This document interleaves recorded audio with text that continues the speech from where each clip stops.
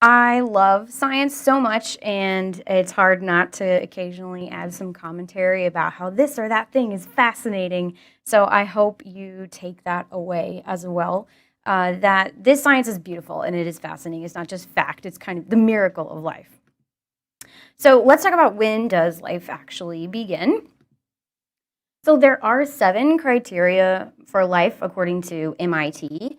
Different universities and medical school books might have slight variations or a slight number difference, but MIT is a very well-respected university, and so this is where I obtained these criteria, and I didn't just make them up. So if you have all of these traits, you are an organism. So these 7 traits include responsiveness to the environment, growth and change, the ability to reproduce, to have a metabolism and breathe, maintain homeostasis, which means to, for example, we maintain our temperature even when it's cold outside. And we are made of cells, and we pass our traits on to our offspring. So this is what it takes to be considered an organism, a living organism, whether human or otherwise. So the question really is then, is a human zygote, a new brand new human being at 1 cell, is this an organism? And the answer is yes. An organism, even in the very beginning stages of 1 cell, has all 7 of these criteria. As soon as the 2 pronuclei are joined, one from mom and one from dad, you have that single-celled organism, and it's oriented toward growth and maturity, and it can respond to environment and all of those other characteristics.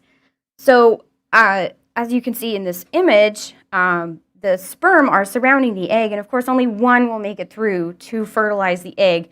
But side note, again, fascinating, it actually is a team effort. So the sperm really do unite in an effort to crack through the shell of the egg. It's not a shell in the same way as we would think of as a bird egg, but there really is an outer crust, and it takes a lot of agitation and all the sperm participate in rupturing that crust, and one sperm will reach through all the way to the nucleus of the egg, and that's when the pronuclei of the sperm is released and bonded with the egg pronuclei. And it immediately begins to divide. It'll divide into 2 cells, then 4, then 16, and so on. And when it's at the 16-cell stage, it's called a blastocyst.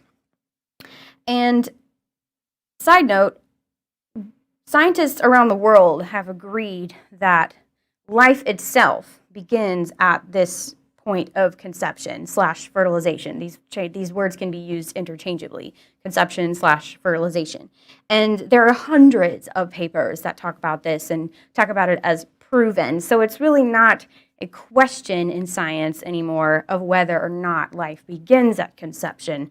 It is something that's hotly debated, though, between politicians and people who differ on whether they're pro-life or pro-abortion or pro-choice, whatever they call themselves. But scientists, it's just clear as day. Life begins at the beginning, which is conception, and all the debates are often about other issues. And so that's why the public needs to be well informed of these basic facts. So let's talk a little bit more about the journey. So after conception / fertilization, the cells continue to divide and divide. And at the 16-cell stage is when we call this new human being a blastocyst, and it will burrow into the wall of the mother's uterus. So if I move around, I hope you can still hear me. This is when the egg is released from the ovary, and it's pulled into the fallopian tube here, and fertilization takes place inside the fallopian tube, and this new human being begins to divide and travel down, continues dividing here, and burrows into the wall of the uterus here. The implantation point happens roughly 7 to 10 days after conception. And this is also when the mother's body will hormonally adapt, and she'll start to have pregnancy symptoms and start to release a lot more hormones that can be detected by a pregnancy test. And the mother's body immediately begins to adapt into a way to create a friendly environment for the growth to happen. Sometimes you'll hear someone who doesn't want to consider the human life, either a life or a person worthy of dignity yet, they'll say that, oh, it's just a parasite.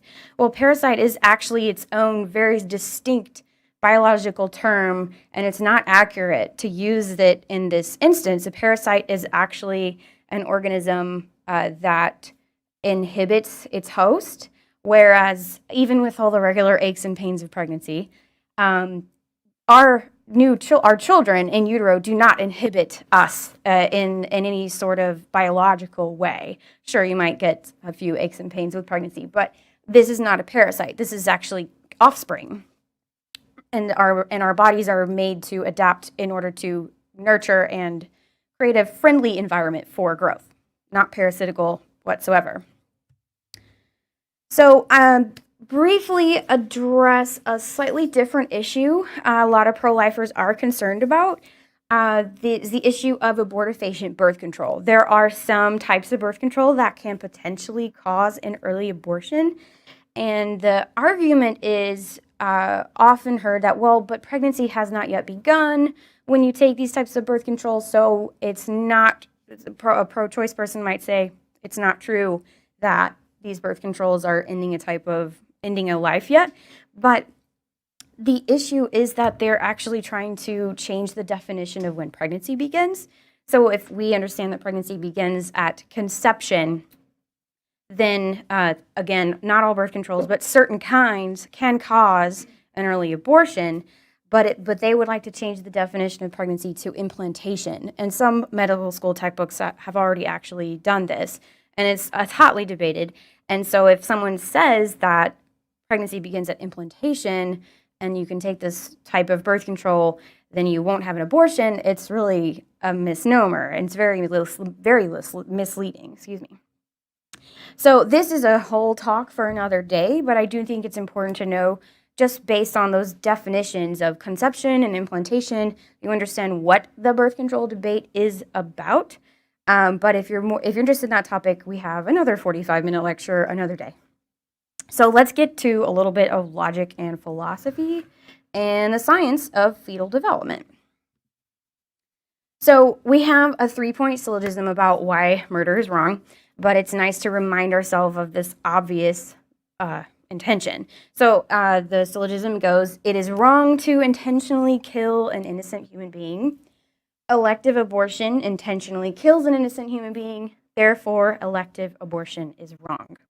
So we can all pretty much agree, even with people who are supportive of abortion, they would agree that it is wrong to intentionally kill a human being. Where we differ is on the second point. They may not agree, or actually may not know, that abortion also intentionally kills a human being. So it's our job to compassionately educate them or argue with them in another compassionate way, and help them understand that therefore elective abortion is also wrong. It is a type of murder.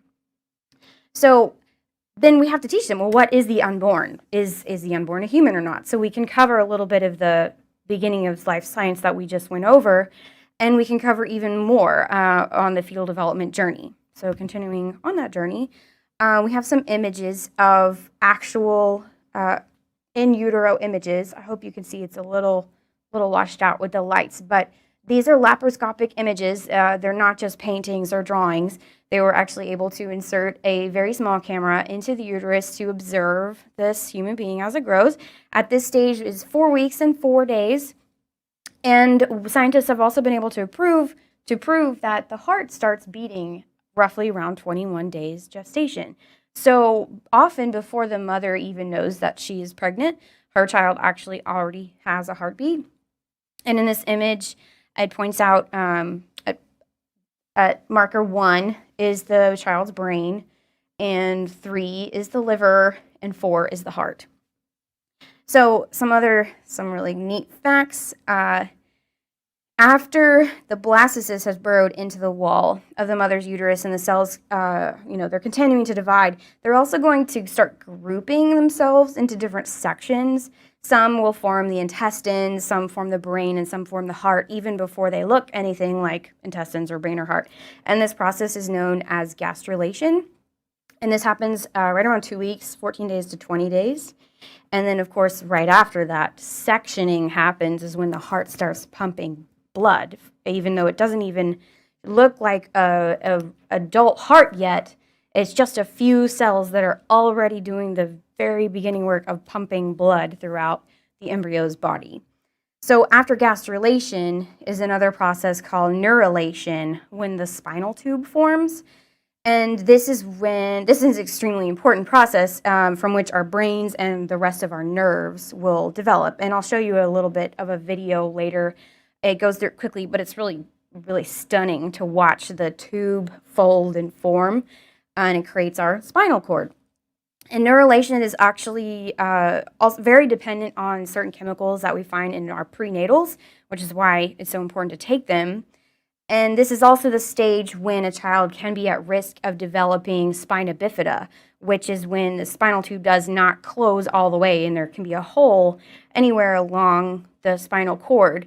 But what's so fascinating about this is pro-life doctors were actually able to find a way to correct this defect in surgery in utero. So while the mother is still pregnant, her child can have surgery and they can close up this gap. They stuff the little neurons right back where they're supposed to be and close it up, and it works. It's very successful surgery. It's pretty commonly done. And I have a picture of one of the very first ever. So it's just a little bit of blood, but it's a beautiful picture. If you don't mind looking, you can see this little young man, Samuel Armas, was 21 weeks gestation. He was known to have spina bifida. The ultrasounds detected it, and so they had surgery in utero to close up the hole in his spine. And I just love the story. A photographer took this picture, and he became pro-life after taking this picture. So it's a great story that shows, again, the miracle of life and the fascinating elements of this science. So let's go back pre-21 weeks. So let's go back to 6 weeks. So this is when brainwaves are detectable. So the cells have been sectioning off and dividing into different parts of our body. We already have a heartbeat at 21 days. Now our brainwaves are sending out signals, and they can be detected by various medical machinery. And we can also see the hand, the brain, an eye, and an ear. Again, here's a laparoscopic image, an actual photograph taken in utero with a tiny little camera. And then on the left is a drawing. And then about 9 weeks or 2 months, the baby's eyelids are fully formed, and they're going to stay fused shut for a while.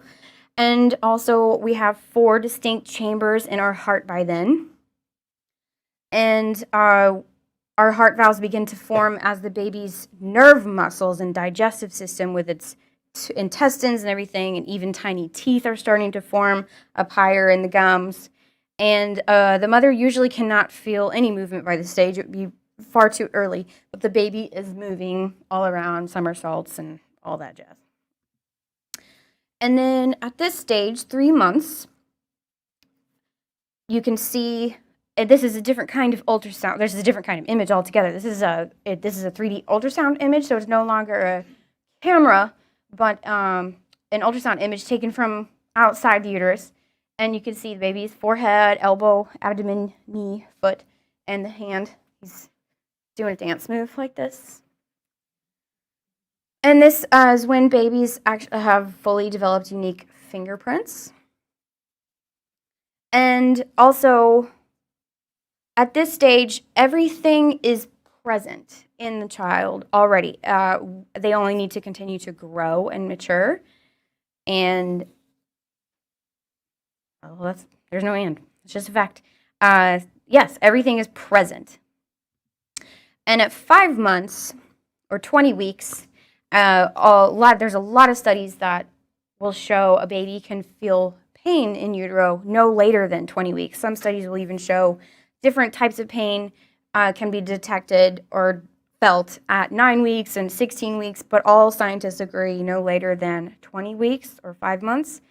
And this is really important. We were actually able to pass legislation in Texas, and a lot of other states were able to pass similar legislation to ban abortion on the basis that fetal life can feel pain after 20 weeks, and that abortion would be a gruesome procedure on a human being who can feel pain. And we won that. We were able to successfully pass that legislation, and Texas now has a ban stating that abortion is illegal after 20 weeks on an unborn child on the basis that it can feel pain. So we need to ban all abortion eventually, which is the mission, but baby steps. Let's see. This baby is smiling. We practice facial movements very early in utero, and so that can be detected on a lot of ultrasound, especially 3D ultrasounds. And babies, even though their eyes are fused shut for a little while longer, they will react to light. So you really can shine a flashlight on your abdomen, and the baby will move in response to it. I guess you could play like baby cat and mouse. And it can be pretty fun. You can get your baby to respond or to the light, and of course to the touch. And babies hiccuping like crazy, and you can feel all of that. I'm 23 weeks pregnant, by the way, so it's even more relevant. Let's see. This one is just good fun. The baby's sticking out its tongue, but also its taste buds have fully developed by this point, and so they really do begin to taste different things in utero, depending on what you eat. Of course, it's transmitted through the umbilical cord, not the amniotic fluid, but they will be able to taste some of the flavors that you have absorbed even through the umbilical cord, which is fascinating, so they can start to develop a taste for whatever you have a taste for. And this one says, I don't want to be photographed. It's a nice little picture of the baby with his hand over his face. And again, everything's already been present. All the organs are present, but they still do need to continue to grow and mature, especially the lungs at this point. The lungs are the last to finish maturing, which is why babies born early often need NICU and oxygen and perhaps a ventilator temporarily to allow them to continue developing. And for mothers who they know that they're going into labor too early, they will actually often give the mother a shot. I'm forgetting the name of the drug at the moment, but the drug is an emergency drug received by the mother to help the baby develop its lungs extremely quickly, so that over the next couple of hours while she's in labor and gives birth, the baby's lungs are going to be much safer and reduce the risk of needing to go to the NICU. So it's really neat, the things that can be done both for mom and child. So to sum up a little bit of the facts that we've talked about, I'd love to watch this video. It really shows a great visualization. It's a CGI, cartoon video of a lot of the laparoscopic true photographs that we just looked at. But it's really impressive to watch. And let me pull it up really quick. Has epic accompanying music as well. Might need a tech assistant. Oh, here we go. And I can point out a few things as we go along. I'm working mirror image.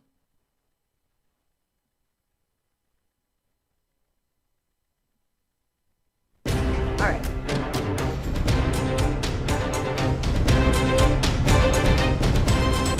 We have the intro.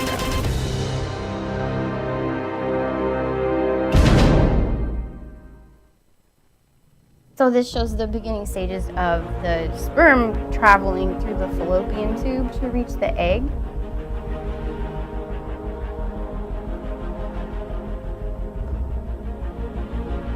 And there are some studies that show that upon fertilization, there's actually a spark of light because of the electricity transmitted in forming that bond between the two pronuclei. It's not really been proven yet, but it sounds pretty good. So this showed very rapidly the process of fertilization, and now the new human being is traveling down the fallopian tube, burrowed into the mother's wall of the uterus. This is the neurulation. This is the spinal tube. It happens so fast in the video and in real life, but I just love watching that tube just fold out. And that becomes your spinal cord. That becomes the center and the cortex where your brain develops. You can see the umbilical cord has developed.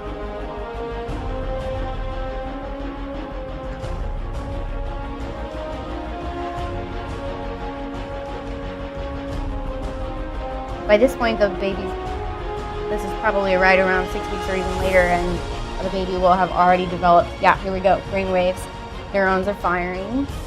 Who knows what they're thinking about at that stage, but it's pretty neat to think about. They could potentially be learning to dream.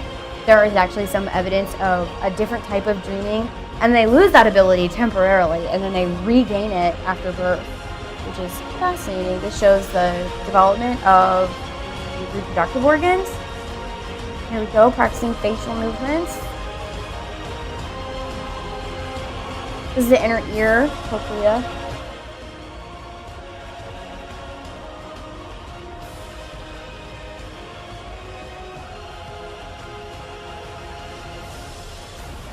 And then from this point on, they just continue to grow and kick a lot. All right. I really like the epic feel of that video. And there's a much longer one, like an hour-long version of that with far more details and narration developed by magazine, Life magazine, or one with the yellow box. I'm forgetting what it's called. If anyone thinks it's like National Geographic, excuse me, the yellow box magazine.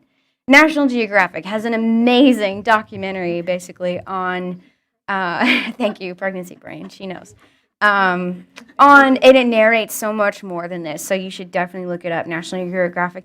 And hot take: some pro-choice people have actually tried to get that video taken down because they consider it to be politically incorrect. But that's crazy. It's just science, right? So let's get back into a little bit of philosophy. So science says at conception there is a distinct living whole human being.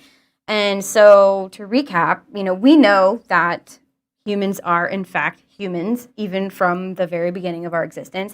And we don't become human at some arbitrary later date in development. And for instance, we don't become human when we, pass through the birth canal or when we take our first breath or when we start to have brainwaves. We've been human from the very beginning. We don't become human when we have self-awareness or when our brains finally finish maturing, which is at age 25, by the way.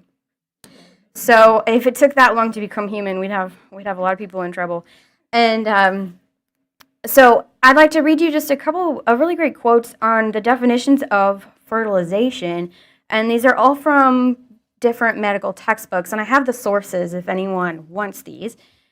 So one of these definitions says that human development begins at fertilization when sperm fuses with an oocyte, another word for egg, to form a single cell, the zygote. The highly specialized totipotent cell, which means capable of giving rise to any cell type, marks the beginning of each of us as a unique individual. And this is from a secular, scientific book. And here's another definition. Although life is a continuous process, fertilization is a critical landmark because under ordinary circumstances, a new genetically distinct human organism is formed when the chromosomes of a male and female pronuclei blend in the oocyte, within the eggshell. This is from the Human Embryology and Teratology, 3rd edition, New York. And last definition, fertilization is a process by which male and female haploid gametes, sperm and egg, unite to produce a genetically distinct individual. So we know science is on our side. So we've covered the fact that, elective abortion intentionally kills a human being. But now we have to acknowledge that some people think, okay, well, sure, maybe it's really human, but It's not a person yet. And there's, again, another 45-minute lecture another day. But being human is enough for pro-lifers to be considered a person. And there have been so many instances throughout history when we know of certain groups of human beings being considered non-persons under law, even here in the United States. African Americans were considered non-persons. What was it, 3/5 of a person? And thankfully, they corrected that. But there, even Rwanda, Uganda, Russia, there's so many different places throughout history and around the world where certain groups of people, Nazi Germany, were considered non-persons. And so when someone says, okay, maybe it's human, but it's not a person yet, we have to gently remind them that this is a trap, and we don't want to fall into this trap, and we need to stand strong. It is enough to be human. It is enough to be a member of Homo sapiens species in order to be considered a person. So stand strong on your ground. So let's cover a little bit about abortion procedures. So there are many different kinds, and we'll just go over the basics, nothing graphic. So an abortion is an early deliberate termination of pregnancy, and there are surgical abortions and medical abortions. Surgical abortions vary in type depending on how far along the mother is in her pregnancy. So up to 16 weeks, an abortionist would perform a dilation and suction aspirage, or a D&C. And this involves using a machine that dilates, or using drugs and or materials that will dilate the woman's cervix, and then they suction and curettage the child out using a vacuum with a sharp tip on the end. So it's quite gruesome, and usually the woman is awake for the entire procedure. And another talk another day, but a lot of women have PTSD from these procedures because they are awake and they can hear and feel everything that's happening. And it's very traumatic. And of course, we know that it ends in a loss of a life for a child, so it's harmful to both mother and child. Another type of abortion procedure is dilation and evacuation, which this type is used for a child that's further along because, of course, the child is much bigger and cannot be extracted with the vacuum. So they dilate the woman's cervix, and basically the woman gives birth, but this time to a dead child on purpose. And it's just tragic, so heartbreaking. And so many women are told, it's just a blob of cells, and they could be very easily traumatized from this as well. Whether they chose it with full knowledge or not, we know that it's harmful to mother and, of course, ends in the loss of a life for a child. And another type of abortion procedure is injection and induction. And that happens anywhere from 13 to 27 weeks. So this is when the child is injected with various types of drugs to stop the baby's heart. And they wait until the child has died, and then they induce birth again. So another form of stillbirth. And regarding chemical abortions, there's the most common process is RU486, which is a 2-pill procedure. One pill prevents the baby from getting any more nutrition from the mother and dies. And then the next day, the mother takes a second pill, which will expel the baby. And usually this happens at home, usually in her own bathroom, with no follow-up care.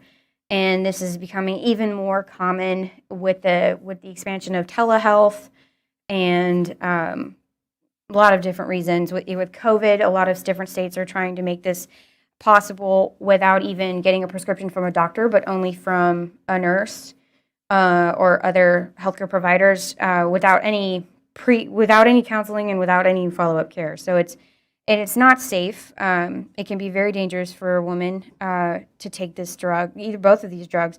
But there is an interesting bit of good news here. Pro-life doctors have found a way to reverse an abortion using a counter shot of progesterone, an emergency, very high dose of progesterone to prevent the first pill from working. So the baby does continue to receive the nutrients that it needs, and then the mother just chooses not to take the second abortion pill to expel the child, which and there are so many different organizations now and doctors who are being trained on this protocol. And so there's actually a hotline.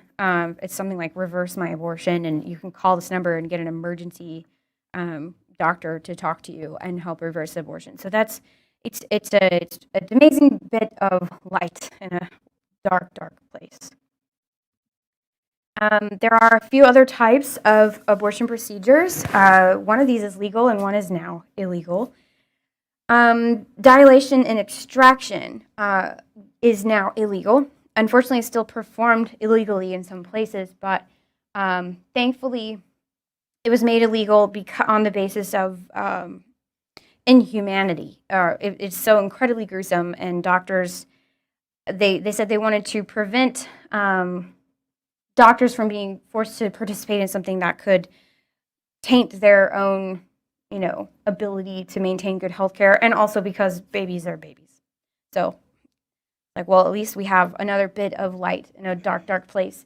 We need to make all types of abortion illegal. What would happen in this case is they would deliver just the baby's head and, they would deliver the baby's body and leave the head inside the woman, and they would snip the baby's spinal cord and then deliver a dead baby.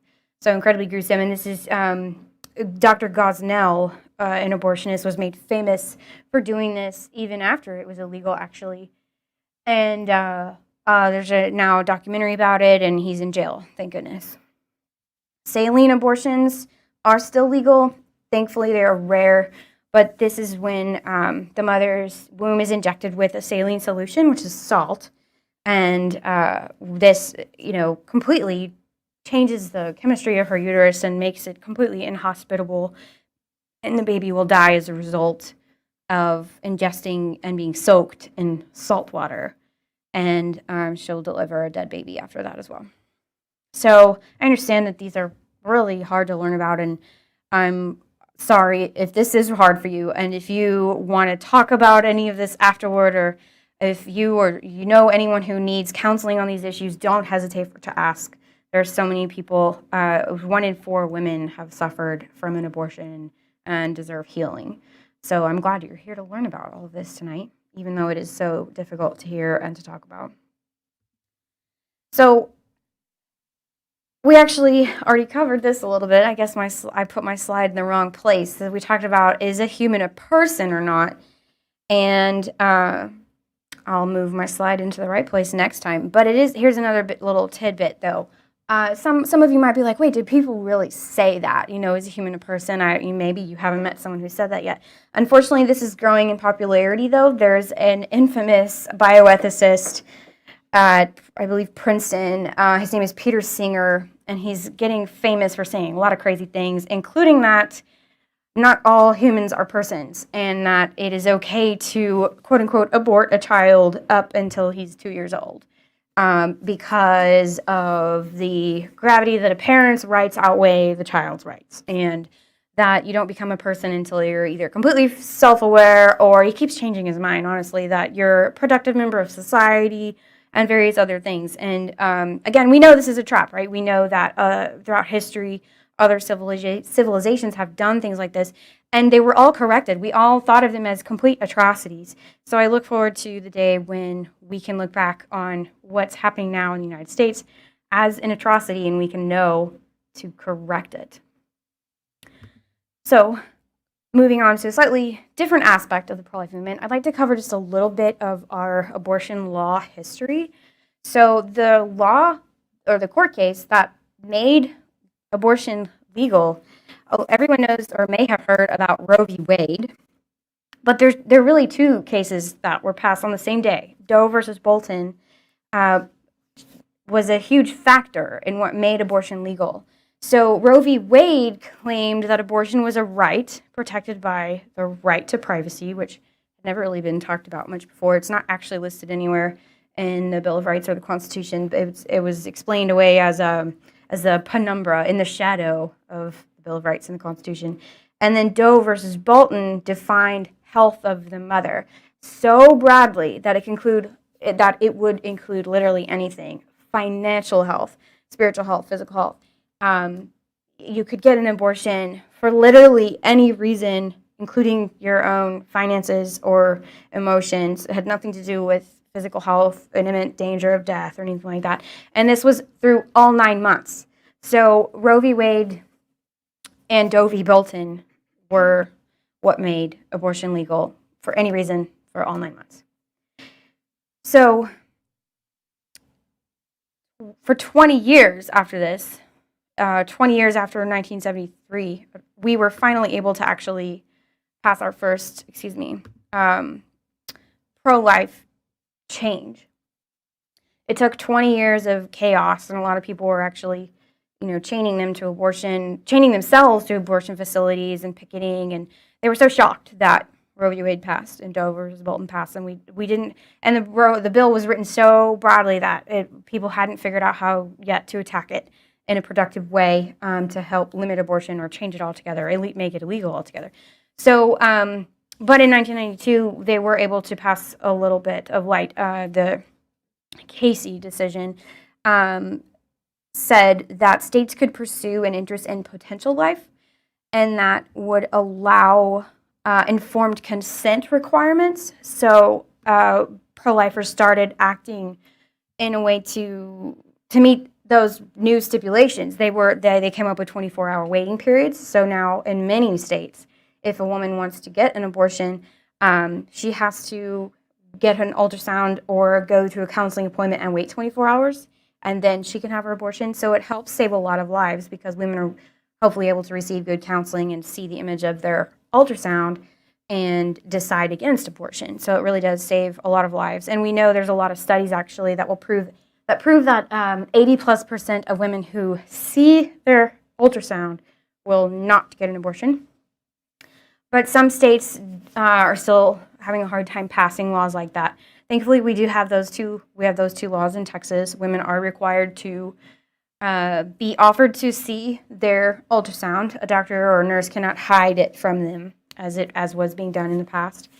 And there's a 24-hour waiting period, and they're given a right to know booklet that includes fetal development facts and counseling help. So a woman is given a lot of good resources before going through with making her decision to abort.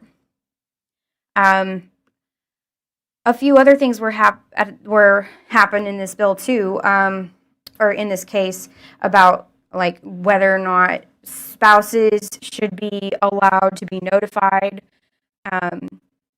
when, let's say, their wife wants to get an abortion. So we were able to make some progress there. And then in 2007, another good case was passed, the Gonzalez versus Carhart case, and this was good and bad.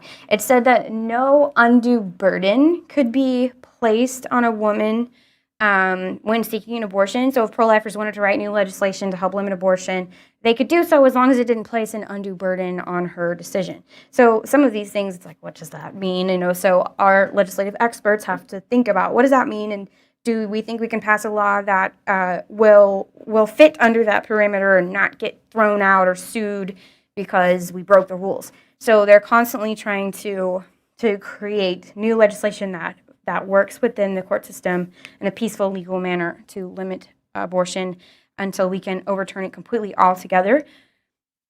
And thankfully, with Amy Coney Barrett on the Supreme Court now, it's looking better than ever.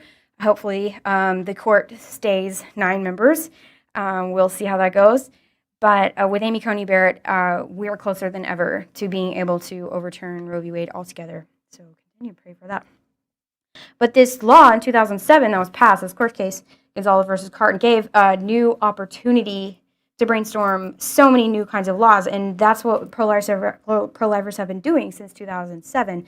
We were all able to pass even more legislation in the last few years in Texas and in other states to greatly limit abortion. In fact, abortion, I forget what year it was, I wanted to say just 5 years ago, we were averaging about 80,000 abortions in Texas, and now it's around 50,000, which is fantastic news just because of these pro-life laws that really tell a woman, stop, wait, receive all the facts, receive good counseling, and think about what you need to do. So pro-lifers really can save lives this way. And you can learn how to lobby, and you'll hear about that more in a little bit.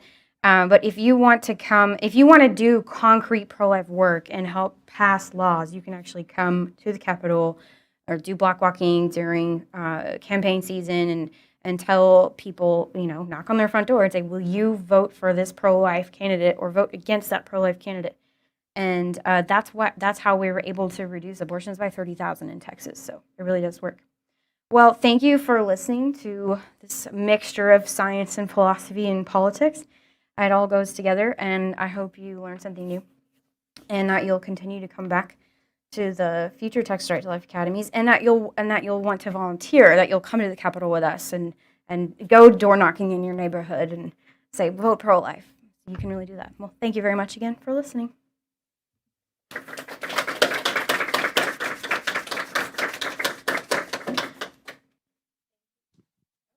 Hello? Okay. Thank you, Veronica, for that enlightening presentation. It was very thought-provoking. So we do have a few questions. Our first question is asking, what does viability mean? Viability, interesting. Well, a lot of people ask the same question because it was not defined in Roe v. Wade or Doe v. Bolton. It was not really even a medical term that physicians had decided to happen at a specific point in time. Viability depends on so many factors. What it means generically is, can a baby survive outside the womb or not?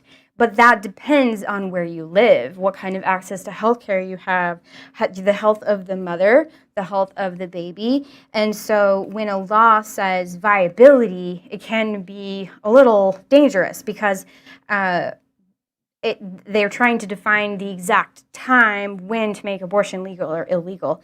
And years ago, viability was considered 30 weeks. Well, it keeps moving back. We've had success stories of children being born even younger. Of course, they have to spend more time in the NICU, but they can successfully survive. There's a very rare case, but wonderful story of an 18-week-old baby that survived birth, very early preterm birth.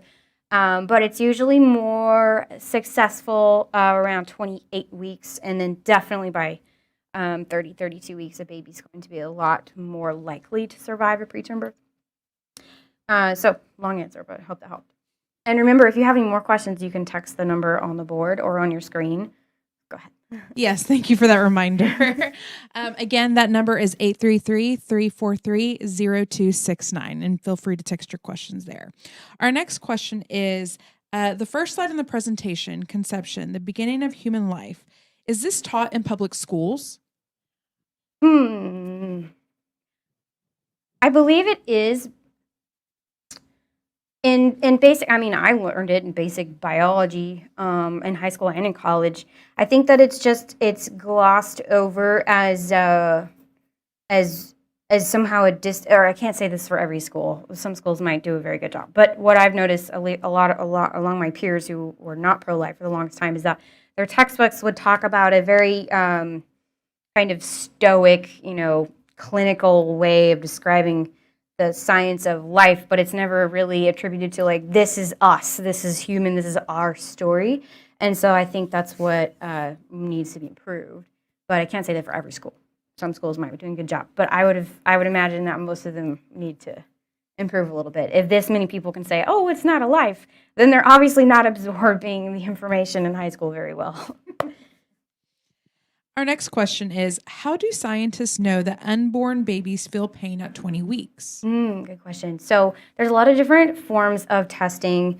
Some might give you the willies, but some of them literally include poking with objects in utero and detecting different areas in your brain, just like when you would see on a brain scan whether someone has brain activity or if they're dreaming or not. There are also parts of our brain that will show pain and in different parts of our body. They're in stress signals. So one of the other things that you can do, aside from a brain image scan, is blood tests. You can measure your cortisol levels, your stress hormone levels in your blood.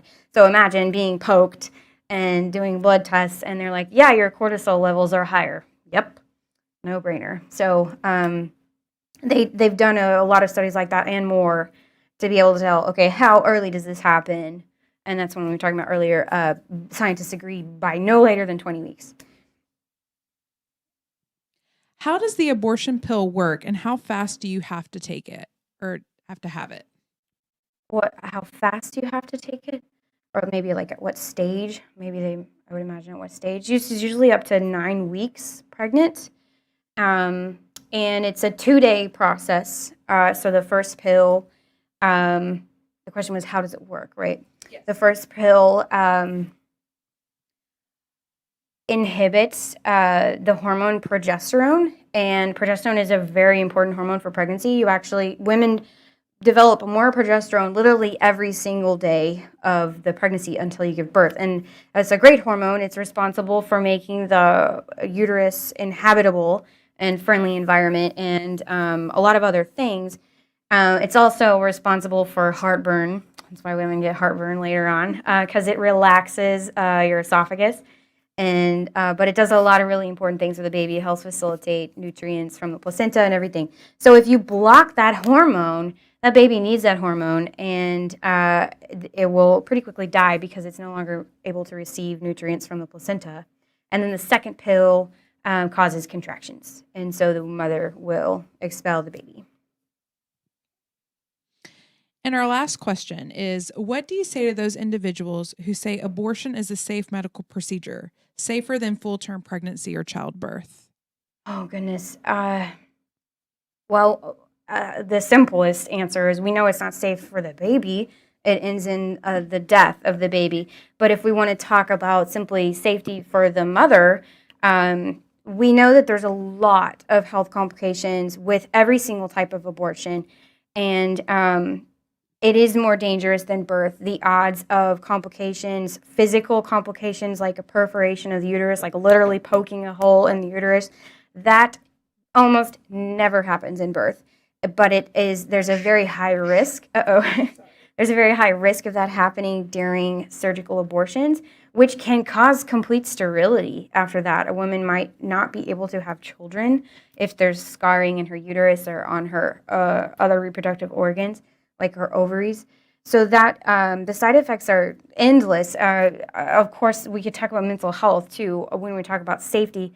Women, yes, occasionally women will get postpartum depression even after a healthy birth because of the rush of hormones, or maybe they don't have enough help and they're alone. So that's a true risk that we need to think about. It's not safe in that regard for a woman to be alone and develop postpartum depression after even a healthy birth. But the odds of depression after an abortion are quadruple the rates of depression after a healthy birth. And we know that the risk of suicide is 30% higher, and alcoholism and abuse of drugs and so many other things. So it's simply not true that abortion is safer.